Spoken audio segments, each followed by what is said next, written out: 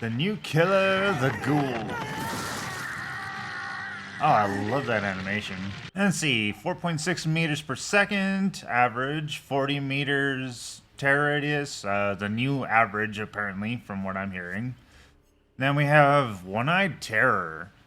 Let's see, use the power button to charge and launch the Kagune, tentacles that attach to any surface within range and quickly pull the Ghoul forward. After completing a leap, the Ghoul has a window to perform a consecutive Kagune leap or put Kagune leap into cooldown by using the active ability button. Okay, so you can do a second leap like Wesker, or you could cancel it. Enters cooldown once the Ghoul has consumed their leaps, if they leap over a vault or down pellet, or if the Kagune grabs and leaps at a survivor. If the Ghoul's second consecutive leap targets a survivor, they will perform a grab attack. Grab attacks damage survivors if they are healthy, inflicting deep wound. Okay, so that's like Legion. Okay. If, let's see, performing a grab attack also triggers Enraged mode. So, Enraged mode special ability. While enraged, the Ghoul can perform up to 3 consecutive Kagune leaps. It can leap over vaults more quickly, and if they launch the Kagune at a survivor. Okay, and if. Wait, no. Can leap over vaults more quickly if they launch the Kagune at a survivor. Okay, so they can only do quicker vaults if it's after a survivor. Enraged mode remains active while there are survivors afflicted Kagune mark. Mark survivors will lose their mark if they are fully mended, or if they are downed. So, kind of, yeah, good, more like Legion, which means you need to keep everybody mending in order to stay in enraged mode, which allows you to leap 3 times in consecutive order. Okay. The Ghoul cannot grab attack mark survivors, so you can only put them in mending. You can't down them with your grab. Once no marked survivors remain, a countdown begins. When the countdown depletes, enraged mode ends. A perfectly timed grab attack will add extra time to the countdown. The countdown is paused while carrying survivors. Ooh, that's actually useful. Alright, not bad. Then we have Hex Nothing But Misery. After you damage survivors 8 times with basic attacks, a dull totem becomes a hex totem, cursing all survivors. Okay, so you have to hit 8 times for it to start. That's kind of a steep price, but let's see. When you damage a survivor with a basic attack, they gain 5% hindered for 15 seconds. Holy cow, that's really good. As a hex, that's good. That 8 times, I guess, is a good balance for it, although the fact that it's a hex alone makes it kind of balanced. Forever Entwined. When a single survivor takes damage, gain 1 token up to 8 times. Are you okay, man? Are you okay? Yeah? When a survivor takes damage, gain 1 token up to 8. For each token you pick up, drop it, and hook. You pick up, drop, and hook survivors 4% faster. Okay, that's a little weird. I'm not sure how good that's gonna be as a perk. None are free. When you hook a survivor for the first time, gain 1 token up to 4. So, okay, so like Grim Embrace. When all generators are completed, for each token, all windows and upright pellets are blocked for everyone for 16 seconds. 16 plus another 16, 32, up to 64 seconds. It's not bad as an endgame build, I guess. I don't really see it being super useful. Claustrophobia exists, and I think it lasts quite a while too. This is my first time covering a PTB killer, so things are probably going to be awkward. There'll be some bot matches in the background, since I didn't have the time to get into regular queue, which is long on a PTB. But we will be discussing his add-ons and my thoughts on them now.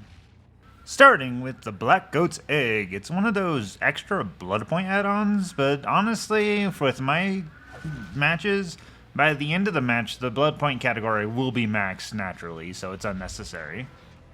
Kaneki's Wallet will give an extra second window to performing a Kagune leap, which with a 5-second delay between the leaps, I think it'll be niche at best. Fresh Coffee, like its name, is the first really strong add-on choice, as it lets you get leaps done quicker, allowing you to faster traversal and quicker cutoffs in chase.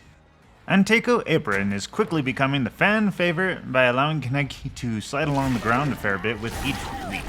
This greatly extends your chase potential and can lead to some great skill showcases with how you control your slide. He does have a small slide naturally, but it's very hard to notice without this add-on. Taiyaki is the first of the Enraged suite of add-ons, and it extends the Enraged mode timer when a survivor ends their mend.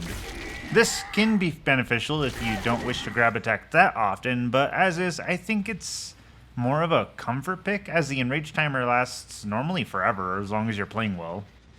Kaneki's Satchel is the first of what I call the weird add-ons, because they deal with his third leap specifically. 20% leap speed is nothing to sneeze at, but it only being on the third leap feels weird to me. But I can see some scenarios where using all 3 leaps to finalize the hit instead of just canceling, I guess. Hide's headphones plop oblivious on the survivors who you grab attack. I'm uncertain if it lasts only through the mend or also through the countdown. If it's the countdown, this can be a really fun add-on to mess around with and build, but if it's only through the mend, you'll mostly be using it as a pseudo-mind game. Broken Chain is another in my Enraged add-on series I've grouped together. 20% cooldown on your leaps is great, and honestly the add-on is really good, but it's only on leaps while not enraged, and as I've stated before, unless you go out of your way, you won't really be out of enraged mode. Bloodstained Handkerchief will give you an increased range on your leaps, which I'll chalk up as a quality of life add-on. DB is filled with junk in the world, so it's hard to find an area you don't have reach to leap off of. Rize's Glasses will give you aura of everyone working on a generator every time you perform a grab attack on a survivor. The grab re-enables rage mode even if you're already in it.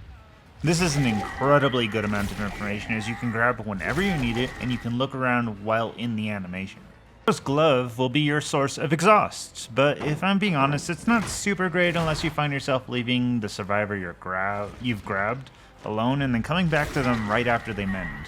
Can be paired with other exhaust perks though, for some perma-exhaust shenanigans.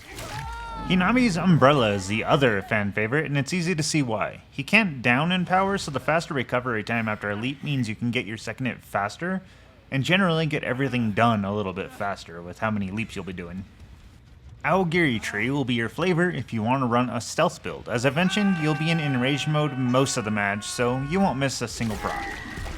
Amon's Necktie will be another quality of life add-on that's basically Windows for Killer. I'd say the other, but it has more effects now. This whole thing is my opinion, but in my opinion, Torture Apparatus is his worst add-on hands down. Grants you haste when you exit rage mode, which is A, not controllable, and B, almost never happens. And if it does, it won't be a time you can utilize the haste. Red-Headed Centipede is basically slightly weaker Bamboozle on legs, and I think can find itself a good home in vault builds and shutting down loops.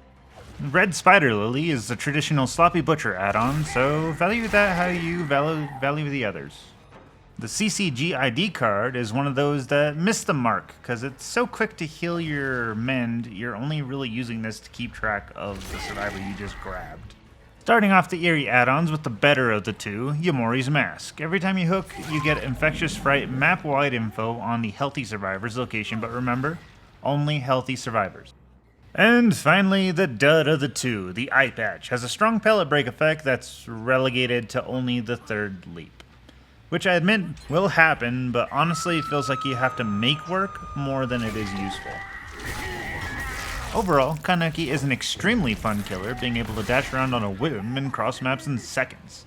And he gets the first hit super easily. However, in my humble opinion, against stronger teams that know how to loop, I think he's going to find himself at a loss to get the second hit, and may even be too slow with all his animations to stop them from leaving. I'm happy Behavior is bringing us anime, because the doors that opens can be numerous, even if it is a step away from the charmed ones running around the fog.